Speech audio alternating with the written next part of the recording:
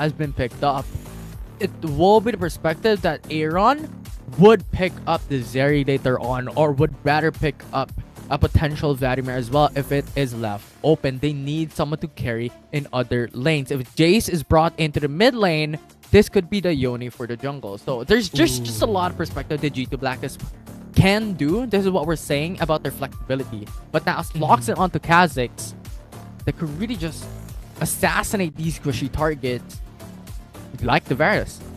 Yeah, and Yone wouldn't even be a problem pick for G2B, because if ever, yes, as you said, if they go for the Yone, most of the time, whenever Golden Kai picks up the Varus, Varus is almost likely gonna go for AP build. That is what Golden Kite has been doing ever since, just for them to have that extra AP damage for their team. Like, you have the likes of the Rift Maker to what, the Varus, and then Nashor's dude could also go in.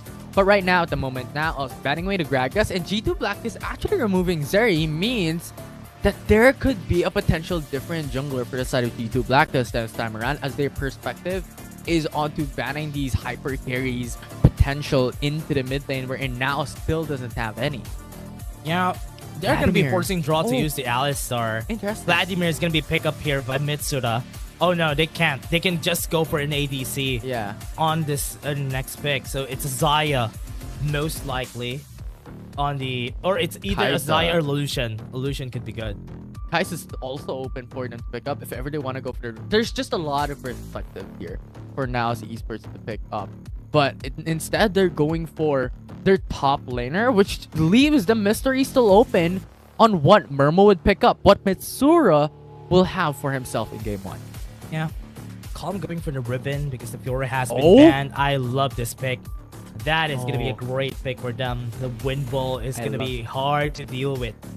Right now, if they go for this, then go for the Yone, I'm not going to be mad. That is also going to be okay, but they need the support in their team, so this most likely is going to be a Braum or an Alistar. Braum and Alistar would also be decent enough to black this side, but they just need someone to knock out. They need someone to set up the plays, and Nautilus is indeed someone that could set up the play for the team with that ultimate. Oh no! This is going to be a Xayah pickup that's going to be going to Mirmo. So that is a Ziggs mid lane on the hands of Mitsura. Really interesting. From what we're seeing at the moment, everyone's changing up the pace. Everyone's changing their compositions. And G2 Blacklist is really understandable in picking up the Yasuo. Right? Because this is the reason why they leave it open. You know what? Let's go pick up the Camille first. Let's do a double bluff here. Leave the Ornn open. Let NAOS pick it up. Because we have Yasuo to counter it with a Wind Wall.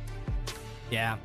What NAOS needs to do here is they need to wait for Margo to set up the fight for them. Because the only problem that I can see is the Horn of the Forge God. Call of the Forge God wouldn't get a really good setup just because of the Wind Wall. That's why, oh man, how are they going to deal with that? Yeah, it is difficult, 100%. They're not going to have an easy time into setting the plays. That is also one of the reasons why we see a ban in the Zeri. We see the bans into the mid lane potentials and the bottom lane for the side of G2 Blacklist in their second phase bans, because they have something else prepared. We were thinking about the Zeri pickup for themselves into the mid lane, but they banned it. And that's just a signal for them to pick something up. Surprised that the Ashe wasn't picked. This is a great flex pick from NAOS Esports, just having the Ziggs on the mid lane. But the problem here is you're facing a Yasuo in the mid lane, and it's not gonna be an easy fight for sure.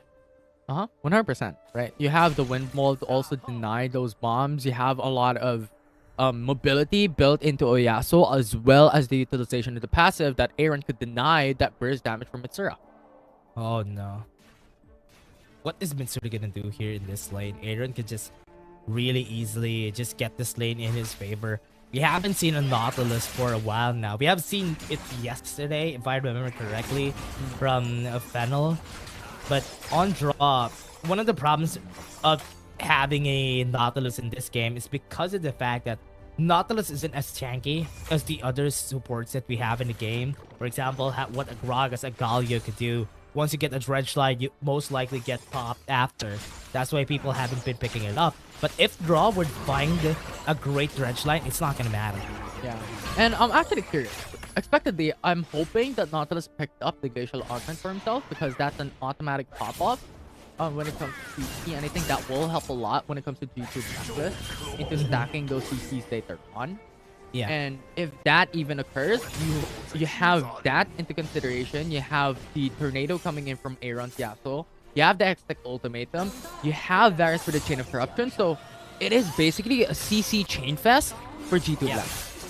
It will be easy for them to go for the CC chain. The problem is how are they going to deal with the late game power of NAOS Esports here? Because yes, they have damage from Yasuo. They have damage from the Jace in the early game. But Yasuo is the only one who could really deal damage in the late game here for their team. So they really need to win that early game. 2 shots coming in from the tower was really scary. But with the shock blast, that equalizes it. That's really good. Coming up from KD. I see the perspective, right? They're on a bit of a timer, but considering how much aggressive G2 Blacklist has been playing before and how the team centralizes onto KD, I believe they could make the early game work. Yeah, if the early game is gonna go in their favor, this would be a game that could easily be snowballed just because of the champions that they have. So that is in their belt now. That is in their bag if ever that happens. But now it's not gonna let that happen for sure. Because remember, Ziggs is one of the champions that slows down games, and that is what they want for Mitsura here. Just because of the capability of tearing down waves from very, very far away, and also the ability to just stay under turret and clear down his own respective lane. It's really, really amazing as a champion. And that is also one of the reasons why Ziggs is more or less left alone in a lane. Because he can sustain himself. Well, not sustain literally, but he could always clear the wave easily and just keep himself safe under the turret.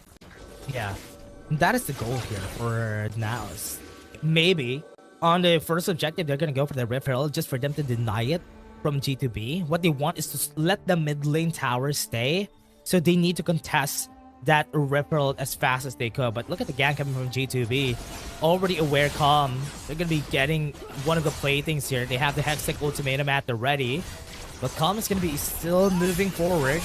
They want to get the second plating on their side, but there you go. 2 plates for G2B, and there you go for the knockup. The stun Here is it there. comes on the other side. Fate is going to be helping out, but he is a bit too late to the party. Yeah, a little bit late. 2 plates already secured by Ime, so that's 150 gold for both KD and Ime overall. But right now, looking at a bot lane. Yeah, Margo fighting a 1v1. Golden Kite, what is he going to do here? Mirmo was able to get the hold on them. The G2B still not backing away. That could be a plating here for Mirma. Yeah, could definitely be. No HP coming from G2 Blacklist, and the jungler and the mid laner is nowhere to be found. Mitsura rotating into the bot lane is just big brain. They can push this if ever they want to. They can clear the wave. Let them take this one in the mid lane, but that is 2 playthings already for NAOS. Yeah, 2 platings rated into the bottom lane as well is really, really good. But Aaron now pushing into the mid lane. KD as well. Mitsura! He moves in towards KD. Forced to flash now because of it. Aaron is going to be flashing in. Here comes the ultimate, but Mitsura is going to fall in the process. That's going to be 1 kill, but at least there's a 1-for-1 on the other side. Aaron, where is he going to go? Draw is here to help him out. There's a knockup coming from Calm, but Mirmo is also going to be here. It's going to be a 3v4. 1 is going to fall down, make that a 3v3. They have 2 knockups already. Aaron is going to be holding down. Here comes Fate. Not enough damage, but they got the kill still. Golden Kite is left to his name, and that is NAOS Esports losing this fight, and Aaron survives with 1 HP. 1 HP within inches of death there. And the thing is, with the Dragon and the Rift Herald coming up, this is such a huge detriment to the side of NAOS Esports. Losing that 5, it's already 5-1 with a 4-kill advantage to the side of G2B. Yeah, a bit of a big mistake there. Mitsura was killed first, and that was the start of their loss there. Yeah, it was really unfortunate, right? It was NAOS Esports who was holding up the fort really, really long in their own jungle. But the Dragon fight. Look at them, they're still fighting though. They had the Blade Caller, they got the Dragon onto their side, but KD was still able to get 1. Calm is going to be chasing them now, but on the back line, Margo super low. They have the Hextech ultimate, was able to push him back. Flash in, and Ime is going to be holding down. Members right here of NAOS are still alive, but they still don't get any objectives. Hookshot to be able to go back away. Mitsura is there as well. Again for the bomb carrying the wave. Could push and get the tower for his blood. This is what they want. Yeah, they have the referral still alive. Oh. But G2B also is not going to stop here. They're just going to be getting their plates. They're positioning themselves on the top side of the map. They want to get the referrals as fast as they could. They already are starting it. Now it's a bit too late here. That's perfect coming from G2B, because if they get the Rift Herald, that's an easy secure of the tower of the tier 1 turret into the mid lane. And that just bought enough time for Aaron and Draw to come through into this objective. That destroys their objective. What they want here for... Ooh, that was a bit close though. One more hit at the backside could have been Virmos. But that is something that NAOS wanted all along. The referral could be taken by them so that they wouldn't get any tower takedowns on the side of G2B. That's what they want. They want to slow down the game. But because the referral is now available, they could fasten this up. G2B could accelerate this game. Yeah, and the thing is, when it comes to macro, G2 Blacklist has been doing perfect movements here throughout 7 minutes, right? It was NAOS who was pushing bot lane with a 3-man roam. Yes, they got tower for his blood, but the thing is, their mid lane turret was left open down to a quarter of HP. It was G2 Blacklist who got the Infernal Drake and the Rift Herald, and right after, when NAOS Esports wanted the contest, when they rotated on top side, it was Camille, it was Ime who was pit pushing on bot lane. Oh, KD, a bit too aggressive. He used the pushback, used the baseball bat against Fate. But in the process, he's going to be dying. Ime was able to dodge out with the Hexicles to make him calm. They're fighting a 1v2, but here comes Mitsura. It's going to be a 2v3. A fight is not done. They're waiting for the chain of corruption. On their side, they were able to hit one, but that is a tower takedown already. Mitsura was knocked up twice, and he's going to be dead here. That's pretty good coming from G2 Blacklist. A really quick response coming from this team, but Margot coming into fray. They're not yet done. He had the Call of the Forge God. Nobody's here to stop the Call of the Forge God from happening. Golden Kite is being chased down onto the back line. They have a 1v1 here to make it a 1v2. Margot, look at them running away. Fate doesn't have a right position. Ime could still survive this. Look at Fate. He's afraid that he can't kill it, and he was taken off. G2B still winning in the end. That was crispy coming from G2 Blacklist. It was just perfect coming from Katie. Going to the backside, forced the hand of Fate to jump into that engage. But the thing is, every single one coming from NAOS on that engage was really low HP already. And that branch line coming from Draw, hooking down onto Mitsura was just phenomenal overall. Getting the numbers advantage to the side of G2B. Yeah, and now G2B has a big advantage here. But as we expected, right? They want to get early game in their favor. They really need to get it. Because if they don't get it, they might lose in the late game against the members of NAOS. But NAOS is struggling a lot. And a bit of a history here for Season 1. NAOS has won. When they met against G2B, they won 2-1 against G2 Blacklist. Now in this game, it's looking like G2 Blacklist wants to win it. Yeah, it's a vengeance game for them. And another thing as well, I'm tipping my hats onto Draw, right? Because when the Call of the Forge God connected onto Golden Kite, it was Draw who was steadily beside Golden Kite all throughout that. So that if ever Fate even comes in, the root can immediately follow through. So those CCs are well protected. Golden Kite is well protected. Yeah. And this is what we expect from the captain of G2 Blacklist. Yeah, I'm really scared whenever KD uses in the Jace. His Jace has been nothing but great for every team. They used to make Inferno Bomb on the top side, but there's only 2 members here. That's gonna be another support dead. Margot has been caught off guard again. Nice lock-in by G2 Blacklist secures them onto another kill for this game. Already 5k goal lead in 9 minutes, and that just enables them to spiral out of control. This is their winning condition that we've mentioned a while ago. What you've mentioned a while ago, right? That they are on a timer, but with their aggression, with how much kills they're able to take, how much gold they're able to take, they could just landslide this game out of control. Yeah, and it's so hard for Fate to do anything this game because everybody from G2B has just been sticking together, which is why it's so hard to fight in isolation.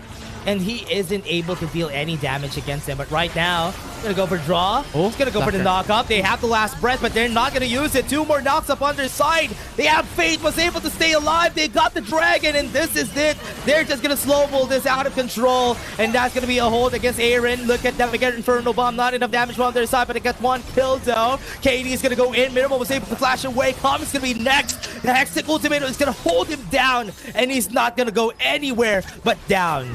Yeah, and the depth charge coming from Nautilus, coming in from Draw was just perfect. Now Mitsura is down to his last HP. That's an ace. That's an ace coming from G2 Blacklist, as you mentioned. It is Draw always having that start of those fights. We're looking back at the replay.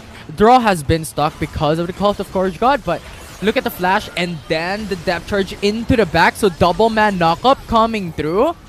It was just so good, denying the engage coming from NAOS. And after that, it was just hell breaking loose onto NAOS' side. Yeah, Golden Kite's positioning this game, nobody has been looking at Golden Kite. Even during the start, the way that he got kills a while ago, the 2 kills that he got early in the game, was also because nobody was looking at Golden Kite. They're not really giving him any mind, which is not what you're supposed to do when you're fighting against a Varus. 100%. Right? We were expecting, you know what? It's an expectation that it will be Aaron who will be the damage dealer and KD who will be the damage dealer here into the early game. But the thing is, Varus also has a lot of damage, also has a lot of potential, especially if it is going to be the AP build. A lot of burst damage potential built into the dual lane coming from G2 Blacklist's side.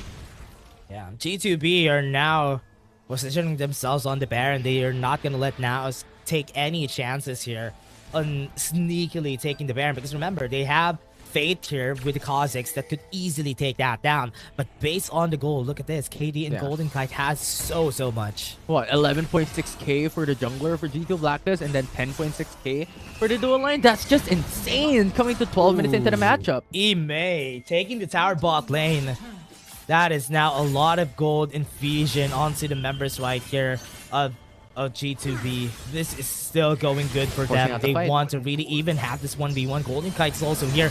Draw is here to help out. Here it comes. They got the knockup. The last breath isn't even needed. With the windfall, Calm almost got the kill though. Here comes Golden Kite. The focus is onto the back line. Here comes Frey to get the kills. But here comes the hole from the dredge line. They are going more. Ime is finishing somebody at the back line. They're going to go for Mitsura. Ime is going to go next. He has the hook shot still. G2B still wins the fight. And Mitsura falls together with them. And that's an ace. The second ace of this game. We've mentioned it already. The crowd control of G2 Blacklist. It's not onto the mid lane. It's not only to the jungle itself, but every single one of them has the potential to stack on top of each other. And they get the ace. They get the Baron on top of that. It's their winning game number 1. Oh, wow. I love the glow up coming in from G2B. This is what they needed. This is what they should be doing every game. Yeah. And now that they're fighting, look at the confidence that they have here. The amount of the ways that they fight here is just they converge on one target, then go one step at a time. Yeah, the depth charge came through onto one of their members, and then they transitioned onto Fate as well, having that access into the back line. It was just phenomenal plays coming from G2 Blacklist. Also, the utilization of the stasis enchant to delay onto that engage was just perfect. It was outright impressive. Yeah, super hard to really come back from this, having 10k gold beat, but here comes it. That's gonna be Golden Kite dead. That is exactly what they needed to do. They should have focused him ever since. Calm having a 1v1 with KD. That guy's gonna be dealing so much damage. One more shock blast could end his life. They have one more pull onto the back line. Here comes Ime, and that Hextech ultimatum is gonna hold everyone down and push them back out of the way. And now it's G2 Blacklist still pushing through. It's not stopping. Yeah, G2B still looking for Mitsura. Once their tower in the mid lane has been taken down, Mitsura is not going to have the best day here. And it's really unfortunate, right? Because they lose 3 members, where in fact G2 Blacklist still has the Baron buff. It's a potential 3 inhibitors that will fall. Yeah, nobody's going to stop the top side from being taken down. Here comes Draw. Mirmo can't even get close among the minions with 22 kills for G2B and a 13k gold lead. This could be a go next angle for them. Yeah, definitely. It's now all about thinking, what can we do coming into the next game? Because if G2 Blacklist takes the Dragon Soul, it's over. Who can stop them with this amount of gold lead? With over 12k gold lead, 13k gold lead, with 3 dragons in their favor, with 2 or 1 inhibitor down. It's now all about thinking about the next game. What can we change about the draft? What can we shift into their composition? And what can we remove away from G2 Blacklist? Honestly, if I'm going to be honest, the mistake started when they pick up the Ziggs. Because that gave them less options. If they picked up the Ashe in the first pick, that could have been way better for Mirmo here. Definitely be, right? But Ash and Zeri could have been picked by them though. I was 100%. surprised that they didn't. 100%. It's just that if you have the Ashe into the bottom lane, you definitely need to have like another carry into other lanes. And I think that is what NAOS could do coming into the game number 2, or if even this reach into game number 3, that could definitely happen still. But this is really forcing out the hand of NAOS Esports on this series alone. Oh, Ime fighting a 2v1, still surviving for so long. KD was able to help him out. Here comes Fate, finishing the kill. He has the leap reset. Oh, he can go away if ever he wants to. One more shot blast and he's dead. Oh my gosh, KD with a shock blast. Now, 2 inhibitor turret falls down. Only last stand. G2 Black is still on the push. Yeah, gonna be pushing this bot lane turret just for them to, for formalities at least. And go for the Call of the Forge God. Have the wind wall to maybe deny it on this side of the map. Aaron having a really great fight against Aaron. Aaron's super low now. It's gonna be hard for them to push this as long as Mitsura is still alive. Yeah, and the thing is, G2 Blackness could really just accelerate onto the Baron Nashor and then end the game. Yeah. Go for the Baron. Get the Baron. They still don't have their jungler, and this is gonna be it. Yeah, and it doesn't matter, right? No smite coming from NAOS, and the thing is, the lane prio is towards the side of G2B. Oh, they're gonna be chased down on Draw. Draw is super tanky. He's just baiting out members of G2B. Dredge slides away, and that's a Baron secured. Oh, KD! Okay, KD. Oh no, he's gonna be stopped right here with a Hextech enchant. That is not enough. G2B need to run away. Need to play it safe. They don't need to do anything more than that.